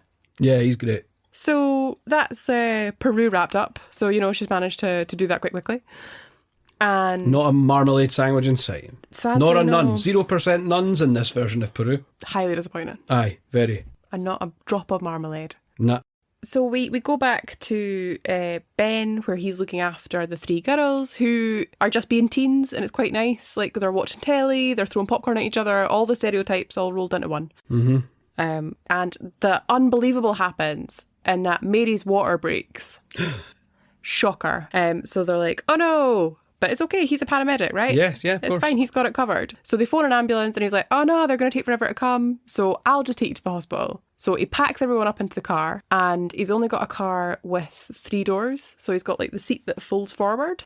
And, 3 teenage girls, dead spry. No. Let's put Mary, the woman who is going into labour, in the back seat. He puts her in the back seat, and I always was like, is that no maybe go like people famously feel sick in the back seat if you're pregnant and you're giving birth? Yeah. Like that's a shite idea It's right there. 100% a Do you know bad what choice. I mean? And another thing here is that Ben, right? So when our water breaks, I mean, bearing in mind, Ben's the brother-in-law, right? When our water breaks, Ben sort of goes, "Whoa!" Yeah, he has the most unceremonious It's like reaction he's to it. it's like he's just a bit disgusted. Whoa! Yeah, he's pretty gross over it. But strategically, I think it's maybe a plot kind of bending it into the right shape. Because Matty is in the front of the car, Yeah. Ezekiel is able to use facial recognition on the car, because he apparently is scanning every car in New York City to recognise that's them. And of course, they couldn't have one of the kids driving. No, definitely not. Or Actually, that would have you been better. do have one of the kids driving Yeah. because it's an emergency or something Absolutely. like that. You know what I mean? Like, and also kids take driver's, as they call it, driver's ed. Driver's ed, really, think, really yeah. young. They do it in school in America. Is that right? Yeah, I think they do it like 17. I think I've seen that in movies. 16? Yeah, I've definitely watched a lot of telly that's got that in it. So it must be Asking true. our American friends about that. Yeah. But Ezekiel, using all his tech that he's got, manages to turn all the traffic lights to green, Yeah, he does. Yeah, as you do. I forgot about that. Yeah, he does. That strategically wedges all the cars together. So he's able to intercept them again, and Cassie comes to the rescue on a return from Peru. I think, is she in the taxi? I think she's in the taxi at this point. And she smashes through a Calvin Klein advert to hit Ezekiel, who is climbing as in his spider suit Yeah. on the wall, and manages to hit him. Which the physics of that and the mechanics of getting the timing right and not hitting Ben's car who's underneath. Do you remember that one movie, Road Trip? I know I go on about it all Mm-hmm. the time because it's one of my favourites. In fact, it might be rotten and we'll probably cover it. Mm. There's a bit where they have to jump a gap because there's a bridge that's broken, and it's like the amount of calculation they get into it, and they still get it wrong. Yeah. So it's like, there you go. So Know that I base my world knowledge on the, naughty stoner comedy Road Trip. I think you do. But maybe I do, aye. It would explain a lot. Oh no, it's an ambulance. It's not a taxi. She's ditched the taxi by this point. Yes. So what has happened is that Cassie drives the taxi from the airport. She's gone from short stay parking in So the she airport. does keep her taxi at the airport? She does. And she drives it to Ben's house, only to find they've all gone. She peeps in through the window and sees this puddle on the floor, and the penny drops. An ambulance arrives at that moment, and the crew get out the ambulance, go and knock on the door, and she's like, I'm stealing this ambulance. So it's the ambulance that crashes through the Calvin Klein. Ah, so it's fine then. Yeah, absolutely. So that makes it all physically possible. So she does her cool car Dukes of Hazzard trick, and the girls get in the back, and Ben and Mary hop off to the hospital because she's got bigger fish to fry. So the ambulance races through the streets. Cassie's clearly got a plan, and Ezekiel is chasing after them, and he is hopping from car to car, Yep. trying to get them. And Cassie shouts at the girls to turn on what I think they refer to as the ADU, but what I would know as a defibrillator. And Cassie's looking in the mirrors and is counting them down, getting them ready for when they should use the defibrillator. And it's when Ezekiel hops onto the roof of the ambulance, which I thought was pretty cool. Yeah, totally. And I was like, would that work? I don't know. This is at the point I'd call on an expert to come in and tell us. But what I wouldn't even know who to ask. Nah, I Who don't. the hell are you supposed to ask? If I used a defibrillator through an ambulance roof, if there was a Spider-Man on top of it, would you get shocked? Yeah, no experts answering that. No. If you happen to be one, please tell us. Yeah, happy to hear your thoughts. Absolutely. So the group then lures Ezekiel/Kane to a fireworks factory. And my inner child was like buzzing at this. I was like, this is awesome. Yeah, like, why is there a fireworks factory right in the middle of New York? Why no? Well, Right? that's true. I was like, this is great. Look at this. It's a fireworks factory. An actual fireworks factory. Crazy. I loved it. So the thing I also love about this, other than the fact it is a fireworks factory, if I haven't mentioned it already, is that they set up traps to like disorientate them. Yes, which leads to one of the best lines where she says, "It's a death trap, And that's a good thing? as long as we're not the ones getting trapped." Well, I mean, that was still a death trap, whether you're in it or no hen. Exactly. You know what I mean? It's a fact. So during this time, Cassie then calls for medical evacuation by helicopter. The power of a paramedic. I know, eh? And it flies to their location. And Kane/Ezekiel destroys the helicopter. Yeah, it's a weird one. So because they've set off all these flares and the fireworks are going all over the place, like the building is crumbling around them, and she's using her visions, her premonitions. Web vision. Yeah, to I kind of don't know. navigate around like bits of the building falling apart. Yeah. Yeah, she is doing that, eh? Mm-hmm. Anyway, I'm saying, right, our plot breakdown here says he does, but I remember a firework hitting the helicopter because Yeah. I actually thought, would a firework blow up a helicopter? Yeah. I mean, how powerful are these fireworks? Well, these fireworks seem pretty powerful because they also break down a brick wall. Aye, right, break down a brick wall but then bounce off her little tin shield that she uses Exactly. later when she bounces one off. Yeah, she uses a bit of... Corrugated iron sort of thing, and she bounces it away like it's nothing, but Totally. previously we've just seen it burst through a wall and blow up a helicopter. Yeah, so varying degrees of power, clearly, that you can easily distinguish. Absolutely. So yeah, she kills Ezekiel in this crushing trap, and I was like, that's not very hero-like. No. But listen, I'm not even surprised because this woman is not a hero. No, she's really not. No. But it's one of these things that's kind of kill or be killed. Like, he Yeah. was definitely going after them. Yeah. I think we all know who the real hero is here. Pepsi Cola. Yes, of course. The fight all takes place on this huge Pepsi Cola sign. Eat your heart out, Coke. Sorry. The product placement in this movie is absolutely obscene. I don't know if you noticed it. I did not. It's horrific. So I actually kept a tally of how Did many you? times Pepsi Cola was in it, Right. and it's 8 times. No way. 8 times in this movie. See if you get And- subliminal advertising. This is oblivious advertising because I didn't even notice. But they even, like, because they often have cans of Coke and they hold them Aye. at really unnatural angles. You mean cans of Pepsi? Oh, yeah. So it didn't work that well. No, I didn't, because now I want a cola. I don't know about you. Yeah, I'm quite thirsty. Well, I said cola. It could be any cola. It could be any cola. But yeah, they hold these cans of Pepsi at a really unnatural angle. And also, Calvin Klein comes up a couple of times as well. Calvin Like- Klein ads. Yeah, absolutely. So, yeah, it didn't feel very hero-y to me, but then again, she's a shite hero anyway. She's not Yeah. really a hero, and I think that's what we've discovered throughout this story. Yeah. So she falls into water, Again. right? Yeah, she falls into water again, and a firework zips through the water and burns her eyes. Yep. Don't know if that's scientifically possible. Would you get burned by a firework underwater, I have no idea. even if it hit you square in the eye? I've no idea how fireworks work underwater. They must have some propulsion. Yeah, but and you would think they would go Sort out. of burn point. I don't know what the hell I'm talking about. Sorry. But anyway, shock, right? She gets saved by CPR. Never saw that one coming. Nah, she gets saved by CPR. Yep. But her eyes look quite painful. Yeah, Um, the girls are celebrating quite a lot when she kind of comes Yeah, they to. really are. So much so that I didn't realise that she loses her sight Yeah, until the very end. Because the girls didn't react to her eyes. nah. Even though it's quite, like, she's got quite different coloured irises. She's got, like, scorch marks at the side of her eyes. I don't remember them reacting. I could be wrong. No, they didn't react to They her eyes didn't at all. react, No, right. they were just like, yay, you're alive. You're alive. You might be blind, but it's cool because you're alive. Which, to be fair, want to take the wins where you get them. Yeah. So, yeah. And that's not the extent of her injuries, though. She's not just blind. She's also apparently in a wheelchair. Yeah, she's in a wheelchair. So we couldn't figure this out, but apparently she's also disabled somehow. Yeah. Now it's not really, she becomes a paraplegic, but it's not really, you don't really know how. Nope. She just kind of, at the end of the movie, we then see her in a sort of Professor X style chair. Yeah. Don't we? With And- really cool sunglasses. Yeah, though. they're like Bret Hart numbers, but they're no pink. Ken. I will have to take your word for it. Yeah, Bret Hart. He's the glasses. Mm-hmm. The wrestler had the cool glasses. My brother was obsessed with the glasses. You're probably no surprised to hear that. Eh? I am not shocked. Wait, she's in hospital for a little bit, isn't she? And we find out that the baby's fine. We don't Yes. find out the name of the baby. We do not. No, but we find out the baby's okay. And then we later see her in an apartment building of some kind. It must be where she lives. I don't know if she's moved. I can. It's not the apartment we see Wherever earlier in she's the movie. moved, it's no more disabled friendly anyway.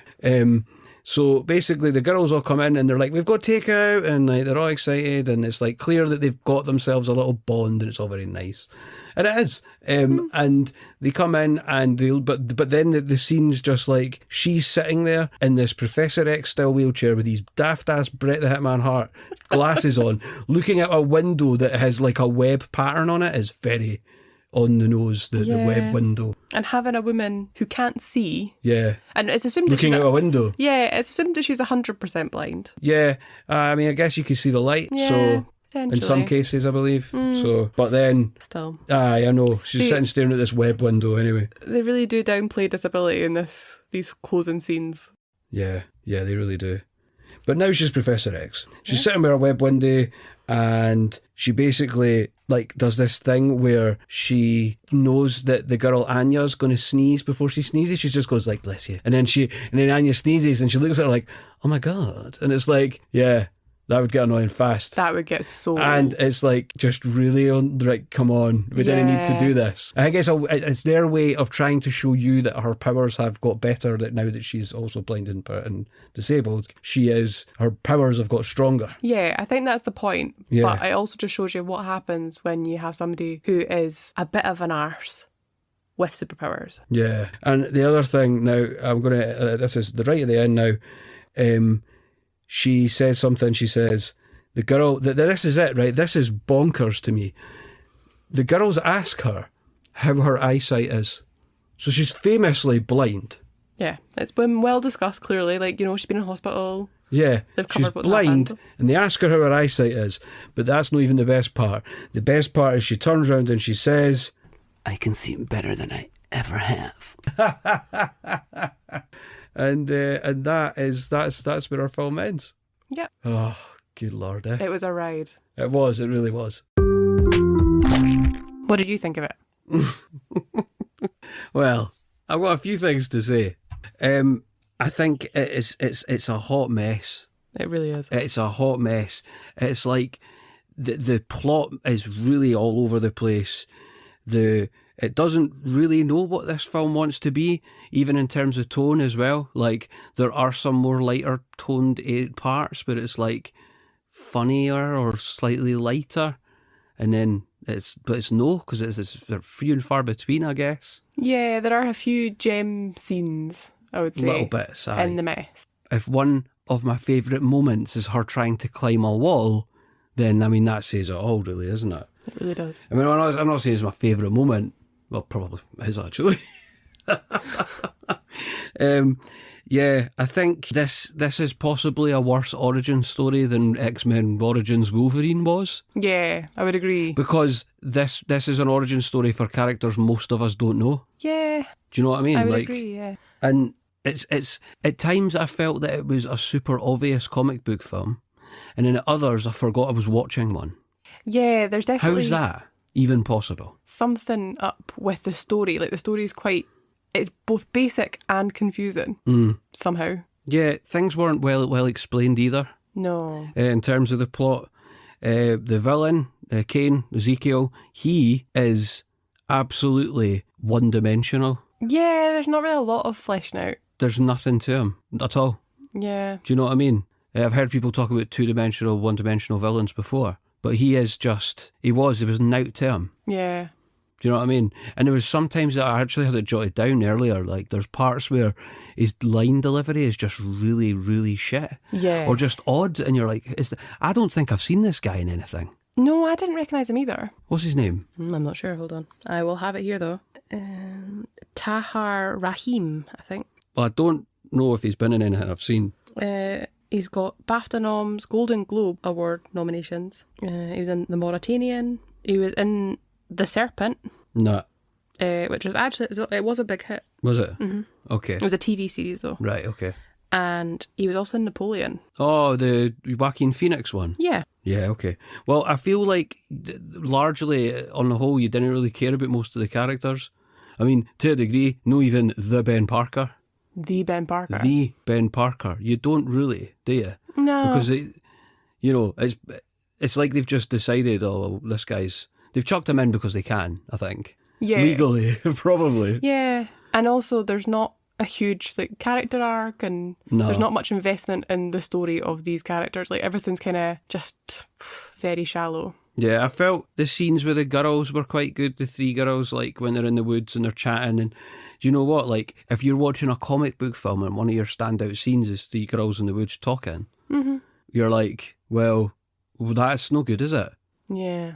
You know, my favourite part of Avengers of Infinity War wasn't the three people talking. Yeah, I would agree. And it also didn't feel like there was a lot happening Nah. early on. It took a while for the story to warm up. Yeah, absolutely. I mean, there's one thing I can say that is that it was highly entertaining to me. And that sounds stupid because it's such a bad film. And it is. It's a rotten film for a reason, possibly. But I think it was entertaining because I just had such a laugh watching it. Yeah, it was unpurposefully funny. Yeah. And one other thing, actually, as well. Any links to any Spider-Man related products is tenuous at best here. Definitely. Do you know what I mean? Yeah. And as I said earlier, I really did enjoy the glaring product placement. Yeah. Yeah. I quite like right when enough, it's so yeah. blatant. I could go a Pepsi, I'll tell you that. I'm quite thirsty. And I also have a question. Because I've been thinking about what is it that I didn't understand, and maybe this is something I'll continue to do. Ezekiel says that he keeps going on about he doesn't want to let the girls destroy what he's built. I won't let these girls destroy what I've built.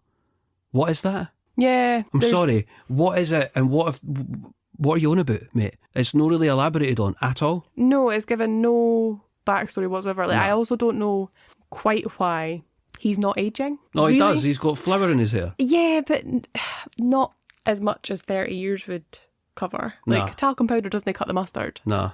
Like, is that part of his spider powers? Is that why he wants to live forever? But it's just never really clarified. Yeah. What about you? What do you think? I mean, I think I know what you're going to say, but I think I liked it for all the wrong reasons. aye, it's a classic for that.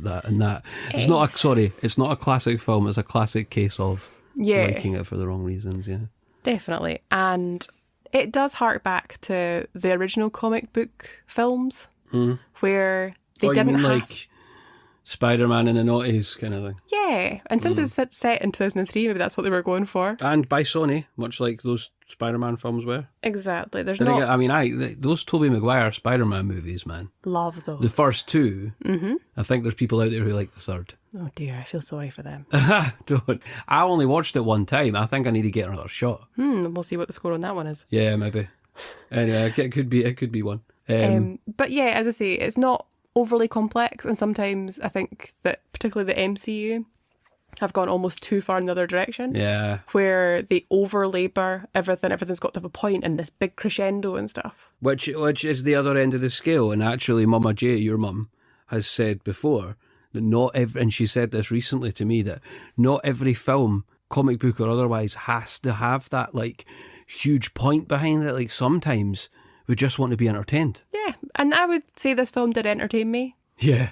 Like, I would 100% have passed an afternoon watching it if we weren't doing this. Yeah. I might watch it again. Really? Well, I mean, in like 10 years. That's fair. That's fair. If I was stuck on a flight, maybe. Aye.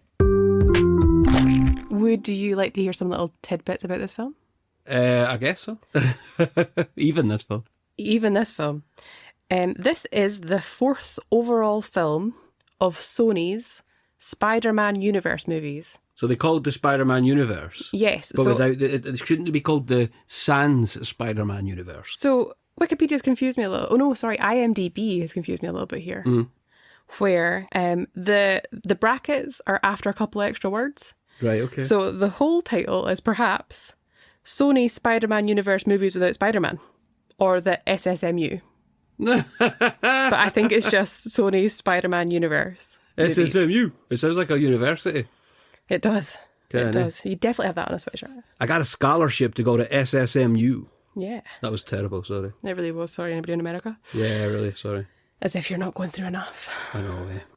This is the first Marvel movie based on a character that did not have their own self-titled comic series. There's no Madame Web comics?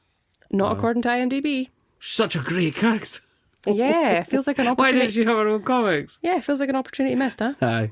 For Columbia Pictures, this was their first film to use their 100th anniversary opening logo to celebrate the studio's centennial anniversary. Wow, so they really saved it for a special movie. They really did. And what a movie to start on. Absolutely. Beautiful. Banger. Sony had reportedly planned for either Andrew Garfield or Tom Holland to appear as Spider-Man. As a baby. Well, this is the thing. It's this little baby with like Andrew Garfield's face on it. With the hair and everything. He's got so much hair, that guy. Yeah, he's got gorgeous with the hair? It's beautiful. Aye, but it's well like, manicured as well. Aye. But they ultimately decided to cut references to Spider-Man from the final film. This is the first Marvel movie since X-Men Dark Phoenix that failed to open at number 1 in the box office. That sucks. Dark Phoenix was alright. I quite liked Dark Phoenix. Sorry. Yeah, I thought it was quite good. Not their best, but... Yeah, I mean, I Not maybe need to terribly, revisit that. I'm not going to nail my colours to the mast right now. Right. I do feel that it would be available for us to do. Oh, it might be a rotten one, yeah. Yeah. This is Dakota Johnson's, not fanning, first Marvel film, though she admitted in interviews that she has never seen a Marvel film except for a quarter of one of them. I hate that. Like today I saw something on Threads, because like I'm on Threads now, Oh, wow. right? I know. Elizabeth Olsen, she's the lady that plays Scarlet Witch in the MCU. She was interviewed about the Marvel Zombies series, which is oncoming, the animated series. I can't wait for it, right? And she basically was like, oh, I don't even remember doing that to the interviewer. And it's like, don't be a dick. Just, you know what, like, even if, just try and be nice about it at least. I mean, Yeah. I know you're doing, right, she's probably doing tons of these red carpet walks and getting all these interviews and stuff, so I get it to a degree, but... It just feels like just a bit bratty and like you're kind of looking down on it, a bit sneering. Dakota Johnson, when asked to name the past 3 Spider-Man films, was unable to name any of them correctly, listing them as follows. Oh, no way. Do you want to take a guess at the names? Spider-Man, Return of Spider-Man? You're not far off. So she went for Spider-Man, Here He Comes, Spider-Man, and He's Back, and The Goblet of Spider-Man. The Goblet, so she's taking a piss with that last one then. Yeah. Does seem like she was holding a bit of disdain for Spider-Man there. So she's a dick in real life as well. Apparently so. I'm joking. I don't know what she's like. She's probably lovely. She probably is. Probably is. Just burn that jacket. So the filmmakers set the film in 2003 so that they could feature Britney Spears' Toxic, which came out in 2004. What? Yeah. So that was their sole reason for doing that, though? According to one of the producers, yeah. So their sole reason for basing the film in 2003 is to use this Britney Spears song, albeit it's a banger and everybody knows it, but it wasn't even out to the next again year. Yeah. You could potentially have it in because the album it was on came out in November of But it wasn't out as a single. Yeah. Well, fair enough. So the album came out in November and Toxic as a single came out in January of 2004. Despite the glaring product placement of Pepsi Cola. Really? Yeah, we might have mentioned it. The fight scene on the Pepsi Cola sign was actually recycled from a Spider-Man 4 script that was supposed to be Tobey Maguire, where it's supposed to be Tobey Maguire Spider-Man fighting the Lizard. Right. So this film is also sort of bastardised other scripts as well, one of those films. Yeah, I think it's It's one like of those I'm a ones. big fan of the Hellraiser films, even the third, right, and the fourth. That when it got beyond that point, they started using scripts that were discarded from other films and just going, we'll make it that there's a puzzle box and Cenobites in it. Sorry, that might not mean anything to anyone, but the point is, they were, the film wasn't originally a Hellraiser script, and it showed. Do you know what I mean? Yeah. So, maybe that's something to take away for this. Yeah, don't reuse bits of script. Exactly. Just discard them. If you're not using it, chuck it away and write a new scene. Sydney Sweeney wore a strawberry blonde wig for this film. The wig, combined with heat during filming, made her sick occasionally.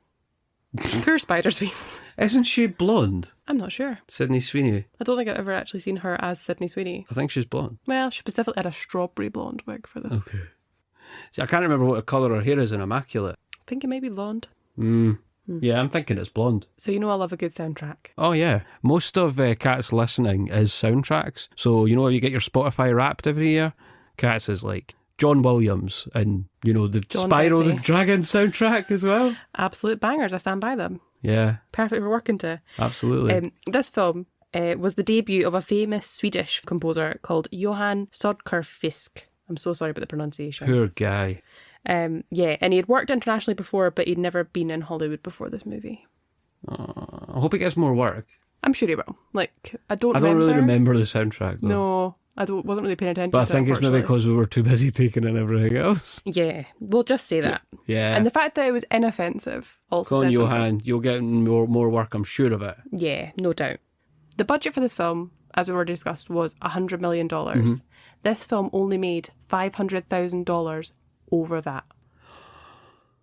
And so that's a flop, technically, these days. Yeah. Because, like, so I think a lot of the time, if a film doesn't make, you know, double its budget, you're calling it a flop. Yeah, I would agree. Like a financial flop. You're not making And huge amounts of money critical on in that. this case, too. Yeah. Do you know what I mean? Not a success in either part, unfortunately. So we're not And getting Madame Web 2? I think it's highly doubtful. Well, I'm a bit disappointed because I thought at the end, I thought, well, they've got me quite psyched for a Madame Web 2. I can't wait to see what they're going to do next. Yeah, I feel like that's a story I would enjoy, actually. It's Aye. about the three girls and I what would, they I get would up be to. going to the cinema to see that and I'd be buzzing. I'd be like, what are we getting now? This is going to be a riot. Oh, good Lord. So, as I say, it didn't make that much money, but Venom in 2018 grossed more money in its opening weekend than this film did in its entire theatrical run. Wow. Yeah, so it really did get a Venom's kick in. very popular, though. It is very popular. Like, It's but quite good. as a character, like when I was a kid, when me and my brother, when we were kids, we had a Mega Drive game. I need to ask Pete what it was called because I can't even remember. Maybe it was Maximum Carnage, named after the comic book arc called Maximum Carnage. And so like Venom was in that, and he wasn't as prevalent then, but he was this character that everybody was enamored with. I remember exactly the same thing. I think I might have had a Venom toy when I was younger from the 90s cartoon series. Yeah. Which did also feature Madame Web. Aye. Yeah, but I think she's like very much old lady who is almost part spider. Oh, cool.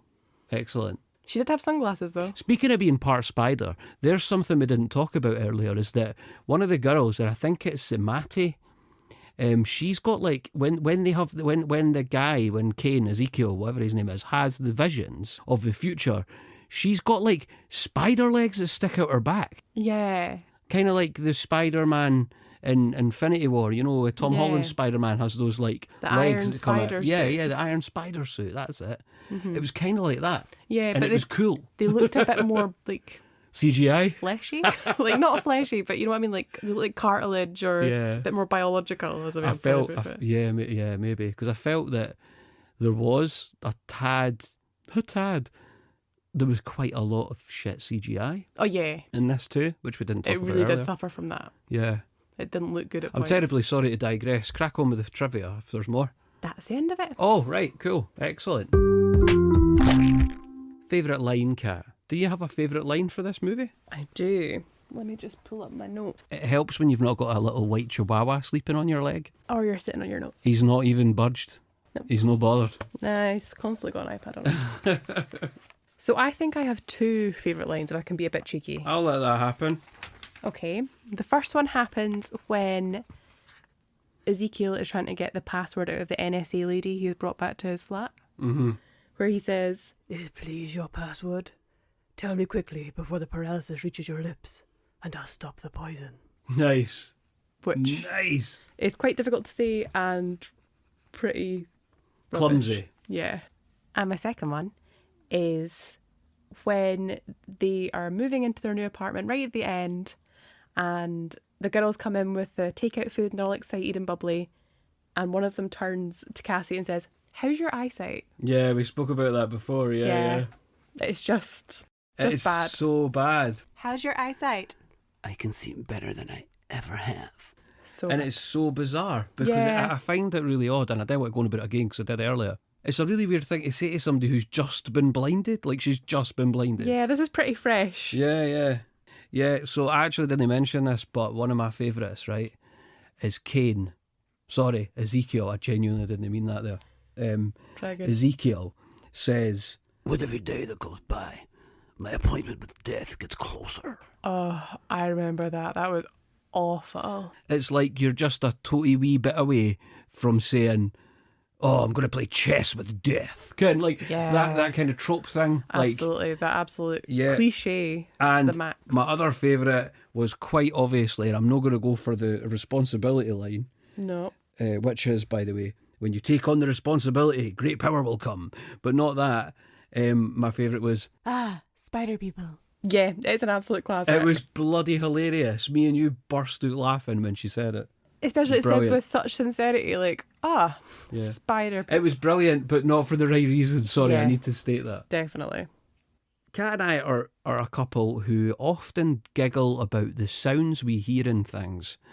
I don't know why, and I don't even know if it's normal, but we're very not normal. But we do like to have a giggle at a good sound, and sometimes we're like, did you hear that? What the hell was that?